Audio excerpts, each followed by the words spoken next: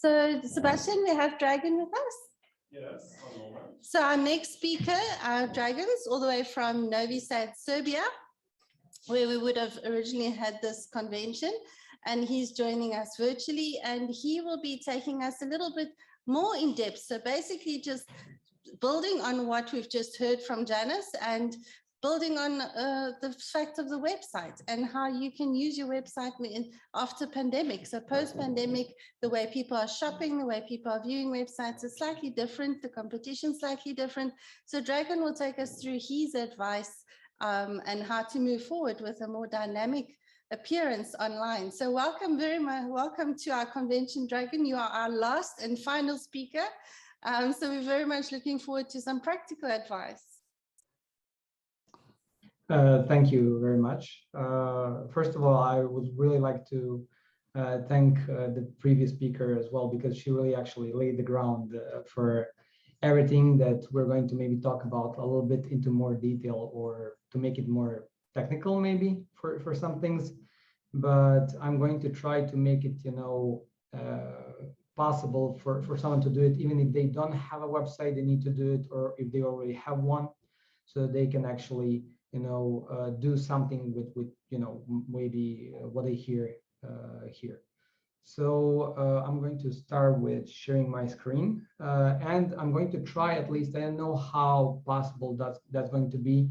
I'm going to try to create it a little bit interactive, because I'm the final speaker, so I don't want to make this like the entire presentation, but I'd actually like to hear some thoughts in the process. So feel free, I'm going to ask a couple of questions, and if there is someone who has a question, or simply to say your problems or things, I would be more than happy to hear them. So let me just share my screen first. Okay, just a moment. Okay, so can you see the screen?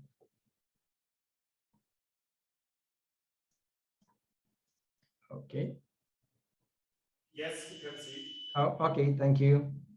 So the thing here that we're going to talk about is actually because one of our clients is actually WFTA, World Food Travel Association. So we've been working with them for more than a couple of years, and we went through even before the pandemic came, and before that we tried a couple of things, smaller and larger projects, and so which things work better, which don't, and so on. So I'll try to transfer a bit of it and some advice on other organizations, tourist guides, and so on. What can you do locally, maybe for your own businesses, countries, and in a way to make your local global. So let's start with the first thing we're going to cover, and that's how actually global pandemic changed the game. So there are a couple of things, right? Because we all know what were the consequences, and I suppose your industry is, I don't know if it's like the most affected, but it's most definitely one of the most affected industries. So that meant for you, of course, that you need actually to change the game in a way, and in a way ask yourself, do you exist? Because your existence changed largely, even before, of course, that was important, but never as important as it is now. So do you exist in an online world? And what did you change in your in your strategy, in the way how you actually run your business? So the first thing that I would really like to know and hear, besides them as a client, I would like to know from other tourist operators, guides, and organizations, like what were the consequences, and what did you change in the way you do your business, before I would actually continue and give you advice on some things, and how we do things. So is there anyone that would actually like to share, like just a couple of sentences, like what were the difficulties and what did you change in doing your business from, for example, 2, 3, 4 years ago?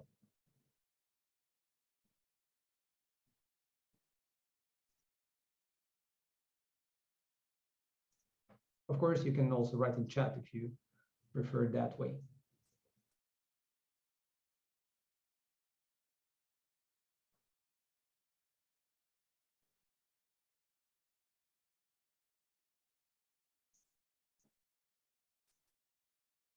Okay, if there isn't anyone to share their thoughts or something like that.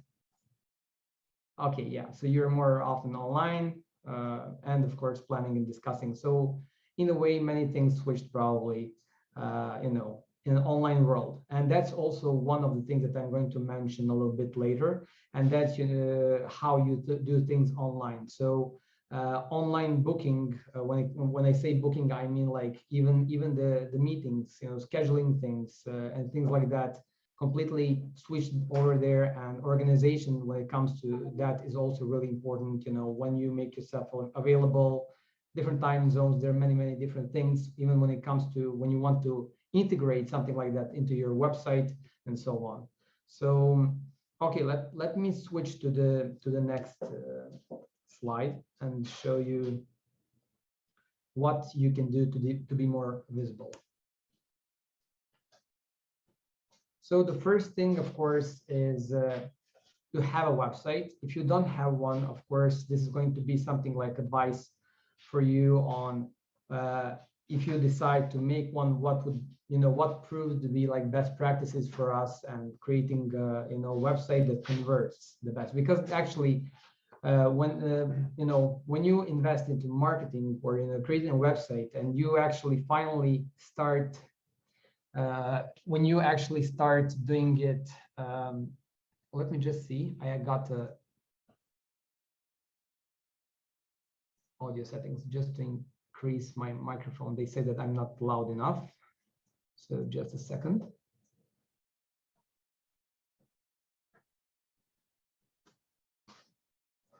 Okay, okay, I hope that now you can hear me better. I increase the microphone volume. Oh, okay, great.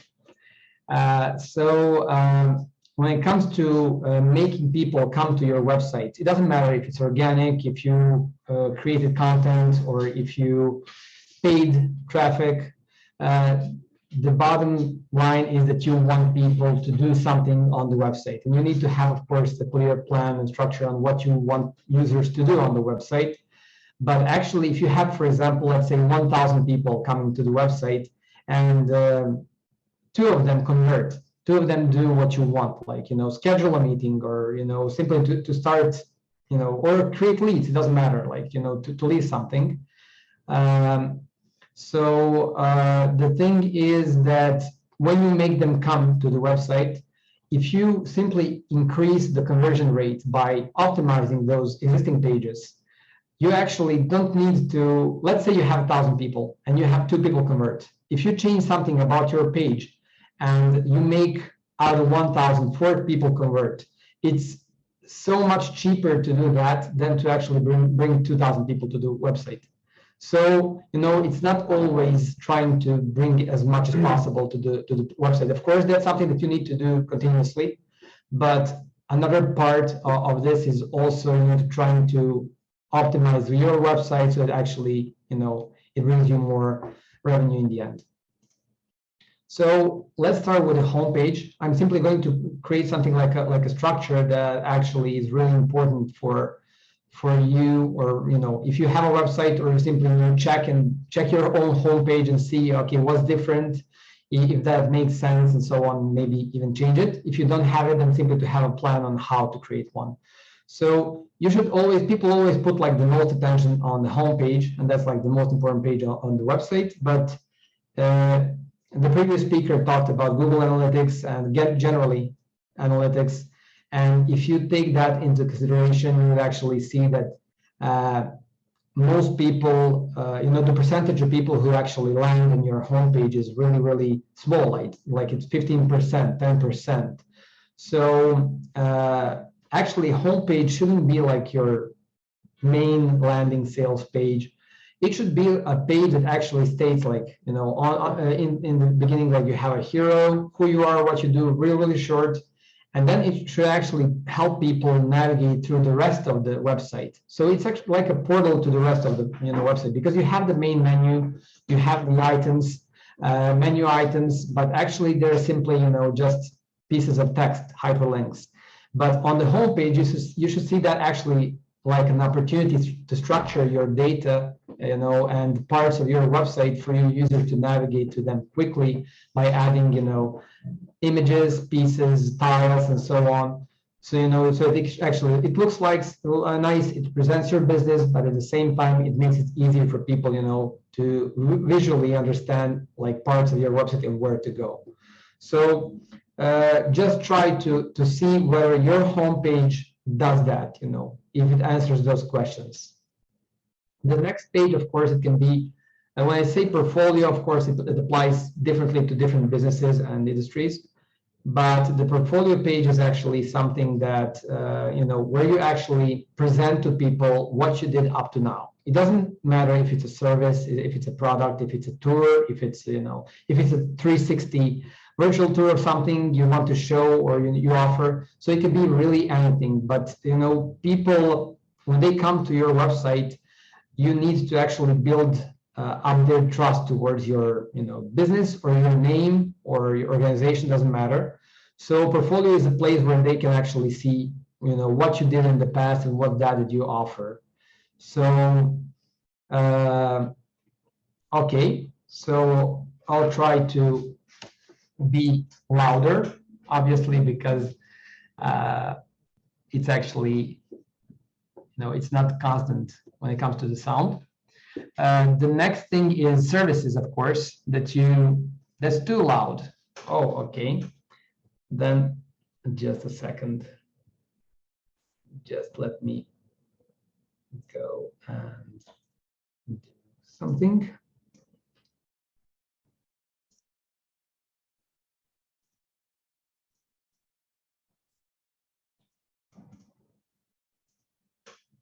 Okay, so I hope that now I turned on the automatic adjustment of microphone volume. I hope it will help and adjust when I speak. Okay, so when it comes to the next page that, you know, every website should have, and that's like services or products. It depends, of course, on the business.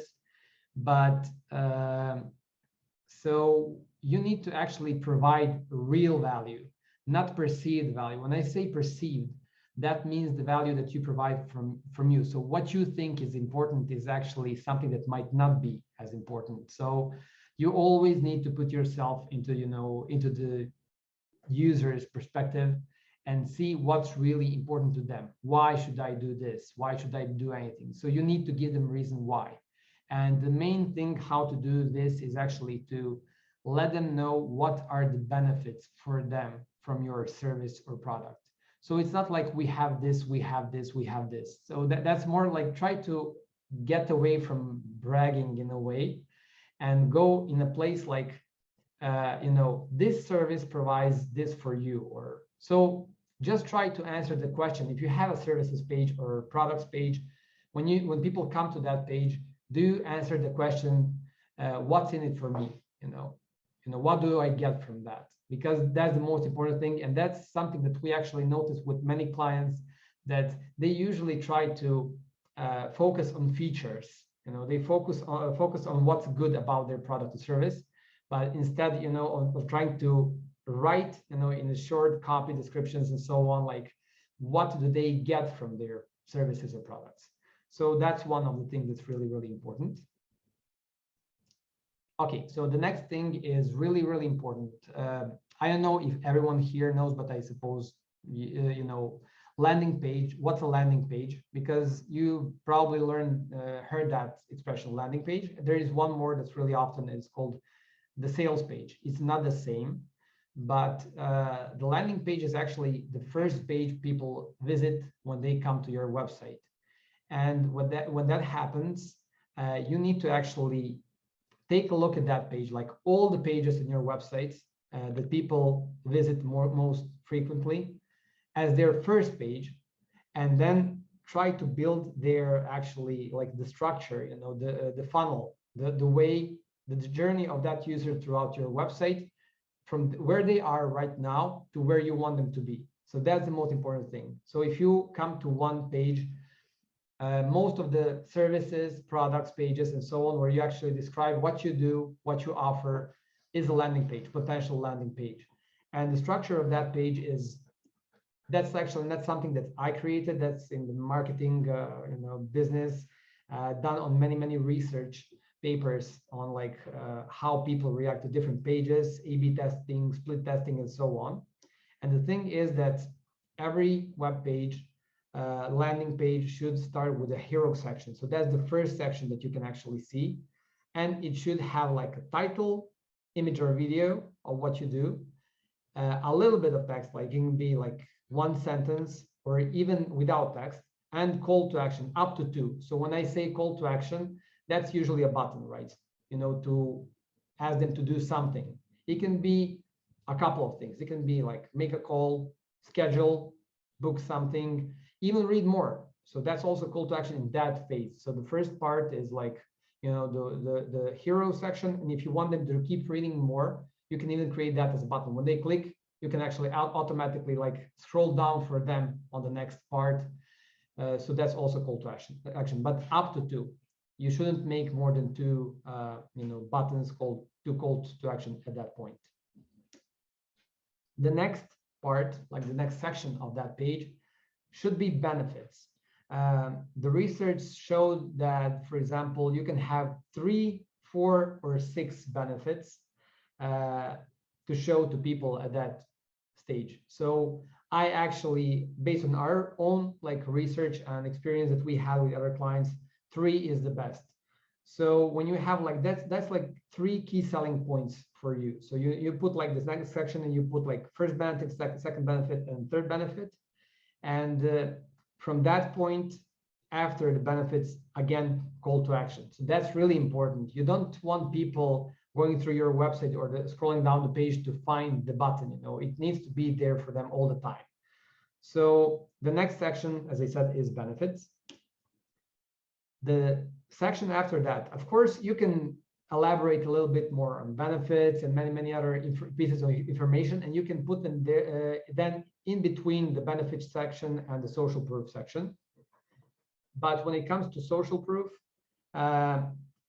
even though the research has actually found that people started developing like a defensive mechanism on whether something is fake or not, like when you have social proof, even for example, when you have gradings, like 5 stars, and if you see like someone with having like 5 stars everywhere, they wouldn't believe it.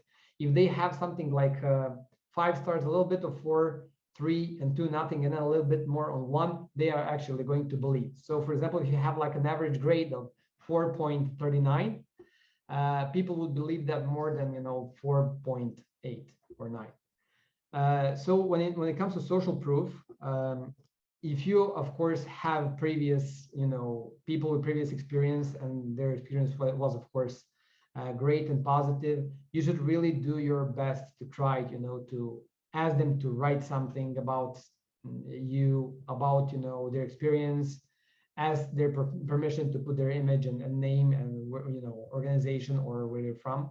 So that's something that's also really important. And then again, of course, after that, you should have call to action, 1 or 2 buttons again.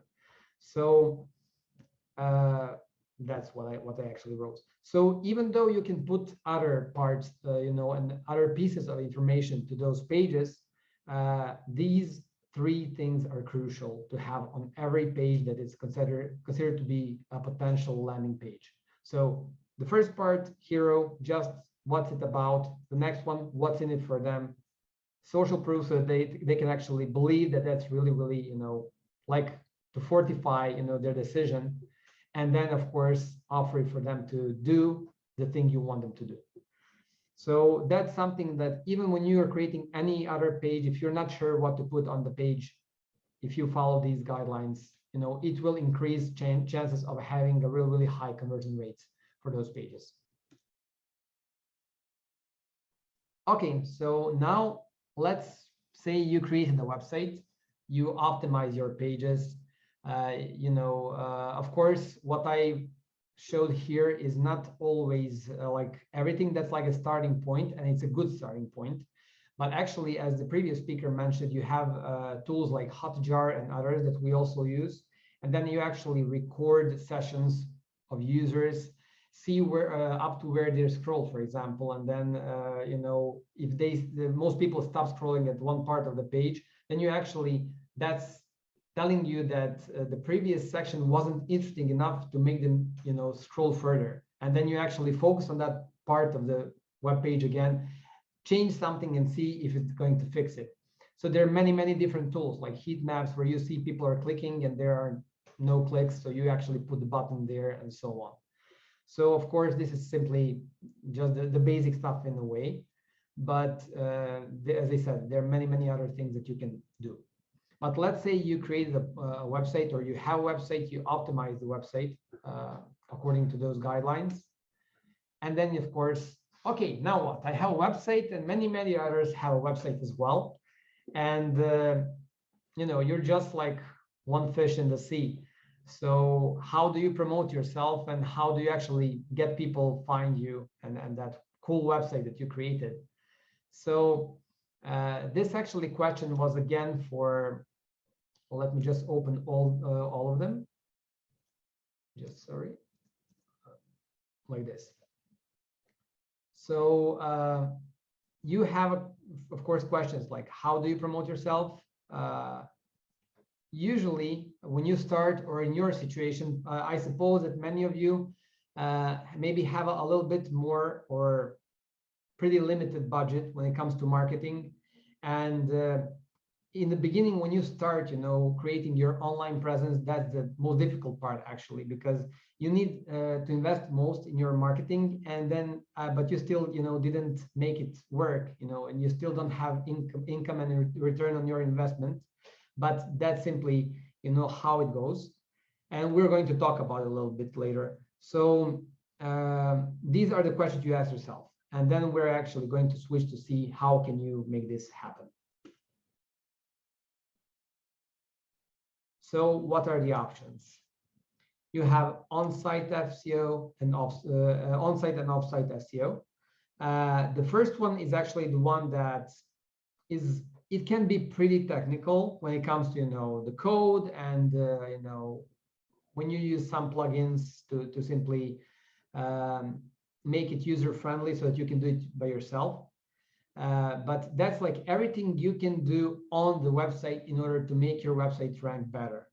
But before you can do on-site or off-site SEO, you actually need to do something called keyword research, so that you can actually know what people search for, especially for you when it's local, for your own country, your own city, and so on. So you can actually know, because you might think like, oh, people must be searching for this, when they go to Google or that, but that doesn't have to be the case.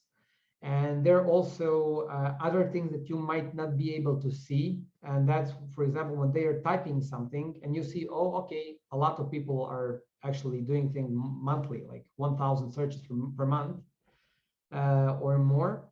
But you actually need to take into consideration the number of websites that actually try to optimize for that keyword. And what we usually do in that case is we try to do to find the sweet spot, like a keyword that people are actually searching for pretty often, but the number of websites that try to rank well for that keyword is not huge. And then we try to find these, because it's so much easier for you when you're new online. That's like when you're new in any business, it's not that easy to push through. So in that case, you simply need to find those keywords that are easier, to rank well for them, and then to try to bring the traffic or getting traffic to your website. So another, of course, way is create content as much as possible. Blog, podcast, whatever you want, describing some things, but simply put it out there. Creating pages regularly on your website is something that's really paying off as the time passes. Of course, that's not something that's going to happen like tomorrow. Oh, now I have a lot of visitors on the website. It's more like to come back to you in a year or two when you have enough content on the website.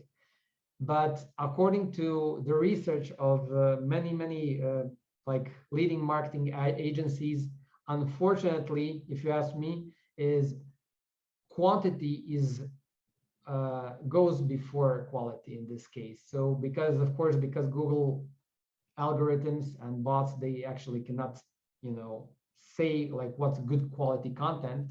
So even if you're not sure, like, oh, I don't know if this is going to be good enough, but you believe in yourself and your knowledge, write something in your, expertise. It doesn't have to be, dissertation. It needs to be good enough, and it needs to be useful. That's really, really important, because when someone comes to your page and reads something, if they leave really, really quickly, then they didn't find what they were looking for. So it's really important to actually write something that's easy enough for user to digest, to understand, and to find some value in the content you create. When it comes to offsite SEO, that's something that you can actually do by yourself, partially. For example, as someone wrote, I think here in the chat, what they do, and they said they put more on Google, do more comments on, historical sites, places of interest, and so on. Well, actually, if you're working, or if you know about other websites that are in your own industry, but they're not your competition, that's really important. Try to do whatever you can to create a link pointing to your website. So, do whatever you can. You can even ask them, like, okay, I can create a blog post for you. You don't have to pay anything in return, but simply, put a link to my website. And it needs to be a follow, because there is something called no follow link, and then it doesn't have, value, as much value. So that's something that you can actually do. Or if you find like online directories of, organizations like yours, or, services, and you simply ask them kindly, to put you there as well. So of course, that's limited in a way, because you cannot do it forever, but you can at least try with the people you're working with and so on, to create links to your website, and they're going to actually make your website rank better. So that's one of the options. Of course, later on, you can always invest into like agency doing offsite and on-site SEO. I already talked about the content creation, so I'm going to skip that one, because as I said, create as much as possible. The next option for you is social media marketing. The thing that social media marketing actually offers, in contrast to other things, is actually that you can use many filtering options to simply target the people you would like to target, and that's really the main point when it comes to social media marketing.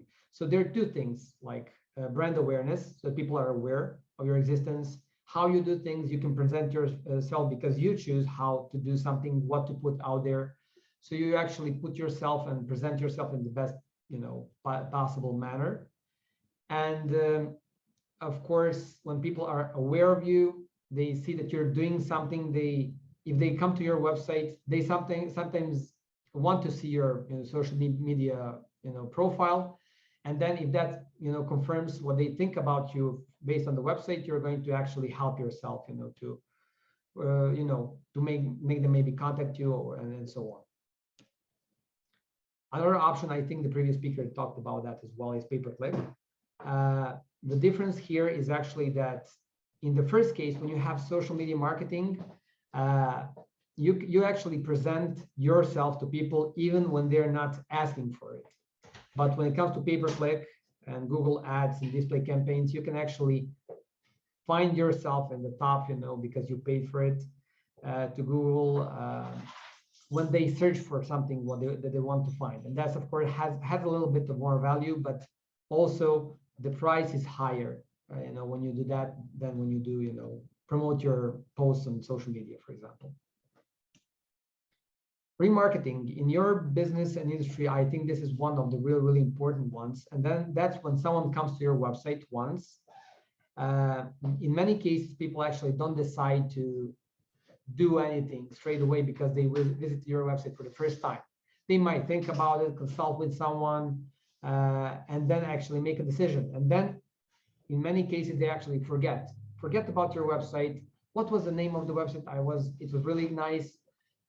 So actually remarketing campaigns are really important, because they hunt you down when you go to other websites and they see those banners, And then they remember, oh yeah, that's the website. And then they find it and they actually come back to your website and do whatever you want them to do. So this is also one of the really, really important things. Also, as I said, I'm going to talk about online bookings. When it comes to online bookings, it's really important to make it easier for users who come to your websites do what you want them to do. And online booking is one of the really, really great things. And we've been actually, integrating that functionality into our clients' websites pretty often lately. It doesn't matter which industry, if it's to schedule a meeting, a webinar or something else. It's even like online classes. It really depends, but everything is shifting online, and you really need to make it easy for users to, to use that option. Another option is in order to make yourself more visible is, online education, and you can, provide like anything that you think might be interesting to people. It doesn't have to be like a real online course. It can be even something more simple. It can be a webinar, it can be a real course, it can be something short, it can be something about a place. So, but this also falls under creating content. So that's really, really important. Okay, so the last thing I think here is what to do if you're on a limited budget. Do it yourself.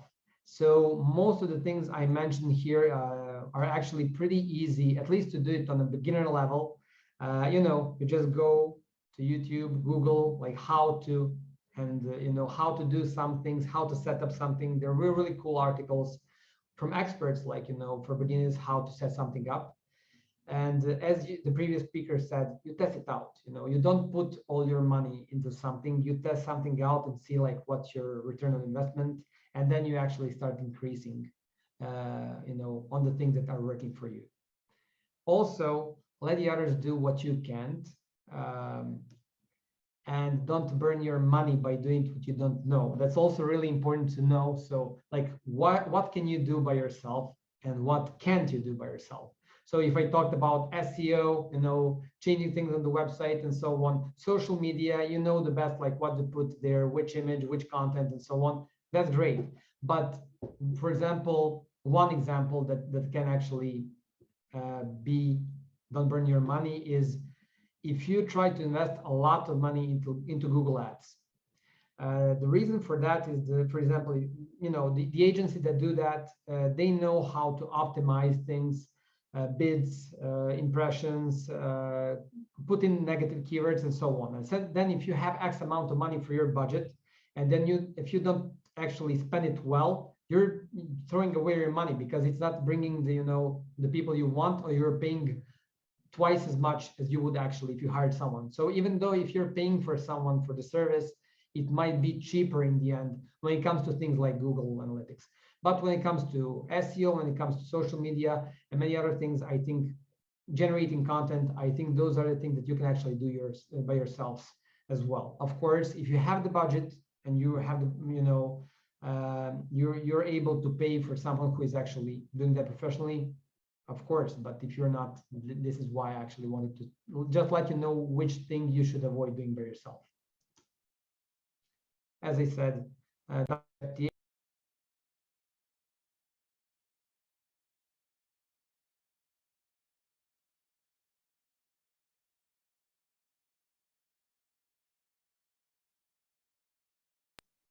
oh, okay, sorry. Maybe I muted myself by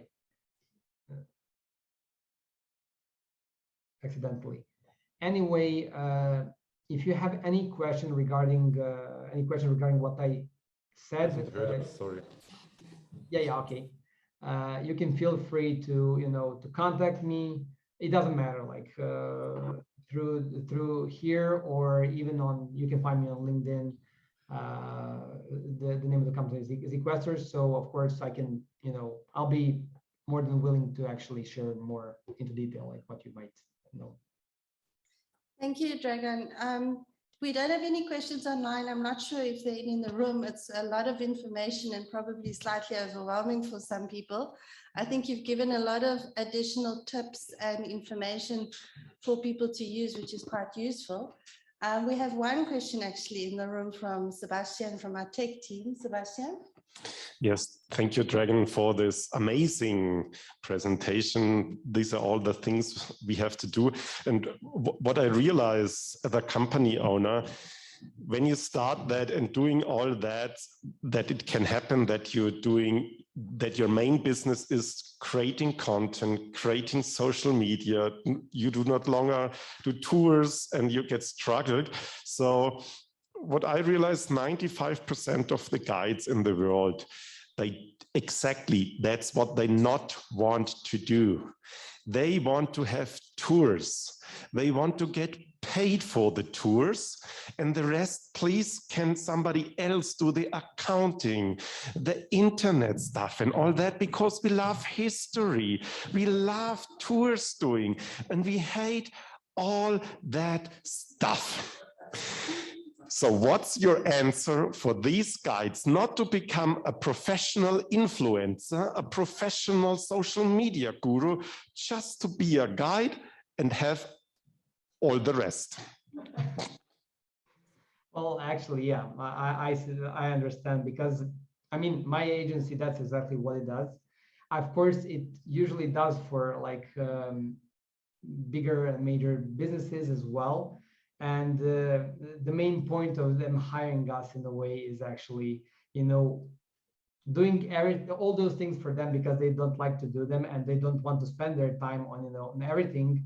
But unfortunately, if you're, for example, starting off, or, you know, if you'd still, you know, on a limited budget, and you in the beginning, you really need to make your business running, get back on the feet in the beginning, you know, after everything happened here. So you need to switch to online. And I know that for most of you, this is not the beginning, but in a way, it's part of a new beginning, how you need to actually operate in your business.